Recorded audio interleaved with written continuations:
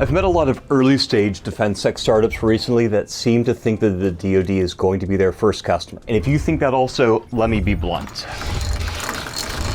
You will go broke before the DoD buys your product. And that's why the DoD is the worst first customer. Thanks for watching, like and subscribe. What, you want me to back up that assertion? Okay, fair. So imagine this is your runway, or the number of months your company can continue running based on how much money you have and how much you spend each month. So if your startup has $120,000 in the bank and you spend $10,000 a month on a couple engineers, then you have 12 months of runway. But Eric Ries measures runway in terms of the number of evolutions that a startup can make before they have to raise money or go bankrupt. So if it takes this startup 3 months to make a product or business model evolution, then we divide that 12 months by 3 months per evolution, and we find that this startup can make 4 evolutions before they have to raise money or go broke. And having incubated and invested in defense-adjacent companies for a decade, I think that good products and successful startups come from dozens and dozens of big and small evolutions. And unfortunately, the evolutionary cycle for defense products is really, really slow. So now that we've got all the theory out of the way, let me reiterate my core point. The DoD is a terrible early customer because you will run out of money before you can evolve into a sustainable company. Alright, so I know I'm making a lot of assertions, so let's make this more real by examining 2 new drone startups. One that's trying to sell to the oil and gas industry, and one that's trying to sell to the DoD. And let's see how many evolutions each one can make before they go out of business. And a quick note. In this example, when I say customers, I mean potential ideal customers, not necessarily people that you're actually selling to today.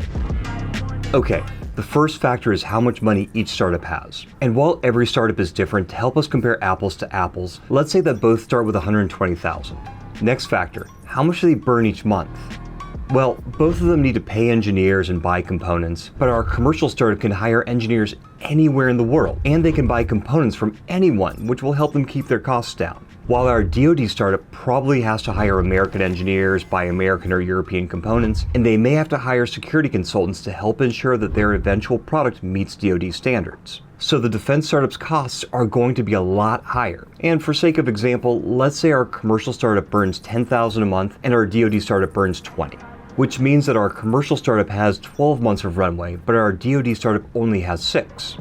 The next factor is how long it takes each startup to evolve. And Eric says that for a startup to evolve, they have to identify a customer pain point, develop a solution, and get a customer to use and give feedback on that solution. And then use that feedback to identify additional customer pain points and start the loop again. And if you have a military background, this might remind you of the OODA loop. I don't know if Eric Ries based his startup evolutionary framework on Colonel Boyd's decision-making framework, but regardless, Eric kind of made the startup OODA loop, or the STTR loop. So let's compare each startup's trip through the STTR loop, starting with step A, getting insight into their customers' needs. Well, our commercial founder can read trade publications, go to trade shows and conferences, show up at their customers' doorsteps, or cold email them. And speaking from experience, this works. If you make it clear that you aren't trying to sell and you just want to learn, people will make time for you.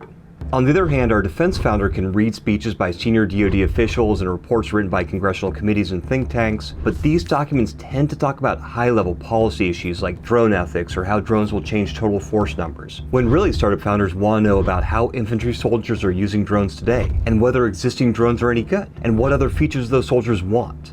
And generally, you can only get that kind of information from interviews with end users. So reading reports is of limited value. Well, their next option is to go to defense trade shows and conferences. And the DoD does send people to these, but DoD attendees generally aren't end users and usually don't know who the end users are, and even if they do know, won't make introductions to them.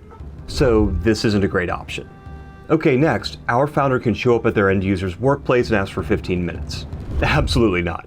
You can't show up at an army base and just start asking questions. So this option is out. Okay, next, our defense founder can ask their friends for introductions and get on LinkedIn and cold email people with promising titles. And this is probably their best option. But in my experience, DoD end users don't put much on social media and are really hesitant to respond to cold emails. So this has a really low success rate. But again, it's probably their best option. So with all this in mind, I think it's fair to say that it's going to take our defense founder a lot longer to access their customer and learn about their needs. Next, step B is building a solution. And while I would argue that building DoD solutions takes longer than building commercial solutions, it isn't that big a difference, so I'm going to say that this step takes about the same amount of time for both founders. Which brings us to step C, getting customers to test your solution and give you feedback. So assuming our commercial founder built a good relationship with their customers in step A, they should have no problem reaching back out and asking to demo their solution and getting feedback. In fact, a lot of commercial customers really like being part of solution development and will be happy to collaborate and use early buggy versions of a product and give detailed thoughts on how to make it better. Hell, some customers prefer the early buggy version and are willing to pay for early access. Now to our DoD founder, and predictably this is a tough step for them. First, government officers just have a cultural aversion to talking to vendors, so most of them won't respond to emails. And the ones that will talk to you get very nervous when you ask them to try your product and give feedback. In fact, this is such a big problem that the DoD has set up a half-dozen organizations whose mission is to help facilitate this kind of tech testing. Also, if you have an IT tool that has to be demoed on DoD networks or with DoD data, you'll have to go through a mountain of testing and compliance checks first. And if you have a physical product, there are a lot of approvals and authorizations before the DoD will let soldiers use it. I've seen companies sit for months in administrative limbo waiting to hear back on a demo request, getting shuffled from one office to another with no clear path to approval. So commercial evolutions are a lot faster. So where does this leave us? Well, I don't have data on the time difference between the two, but I've built products for commercial customers and for the DoD. And on the commercial side, I was able to go from identifying a small need to creating the solution and getting feedback on it in about a week. And for larger needs, that cycle took about a month, while an evolutionary cycle for my DoD customers took closer to 6 months. So with $120,000 in the bank, our commercial startup can probably get through 12 evolutions of their product, while our defense startup can probably get through 1. So now imagine that each of our startups are at the end of their runways and have to raise money from investors. Our commercial startup can show tons of customer engagement and a product that's well on its way to MVP and maybe some early sales. And on the other hand, our defense founder has minimal engagement, an immature product, and no sales. So who do you think is going to get funded? But if you're passionate about starting a defense tech startup, there are ways to be successful, and people do it all the time. It just takes a little asymmetric thinking, and as soon as our video on defense sales is ready, we'll post it on the left. And we're on track to publish 42 classes on federal funding for product development this year, so subscribe to catch them all.